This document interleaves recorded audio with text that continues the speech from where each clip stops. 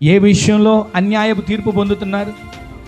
ఏ విషయంలో నిరపరాధులుగా ఉన్న ఒకవేళ నిందలు వచ్చి పడుతున్నాయి? ఏ విషయంలో ఆటంకాలు ఎదురవుతున్నాయి? ఏ విషయంలో శ్రమలు వస్తున్నాయి? ఏ విషయంలో నవ్వులు పాలవుతున్నాం?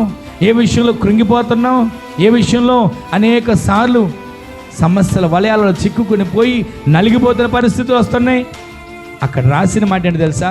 దేవుడు తాను న్యాయము తీర్చడా.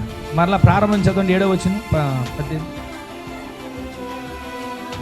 దేవుడు తాను ఏర్పరచుకునిన వారిని,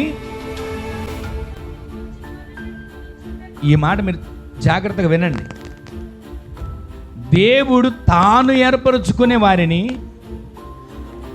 దివారాత్రులు దేవునికి మొర్రపెట్టే వారిని ఆయన న్యాయాన్ని ఖచ్చితంగా చేస్తాడు. ఆమె చెప్పండి. ఈ రోజున నీవు నేను ఎలా ఉండాలి తెలుసా? దేవుని ఏర్పాటులో ఉండాలి. ఆయన ఏర్పరుచుకున్న జనాంగంగా ఉండాలి. ఆయన సిద్ధపరిచిన జనాంగంగా ఉండాలి. ఆయన నడిపించే జనాంగంగా ఉండాలి. ఆయన స్వరాన్ని వినే జనాంగంగా ఉండాలి. అప్పుడు ఆయన ఏర్పరుచుకున్న గుంపులో నీవు నేను ఉంటే, వినండి, ఆయన ఏర్పరుచుకున్న గుంపులో మనందరం ఉంటే దివారాత్రులు ఏం చేస్తారంట వాళ్ళు? ఈరోజు ఎంతసేపు మొర్ర పెడుతున్నారు? ఎంతసేపు ప్రార్థన చేస్తున్నారు?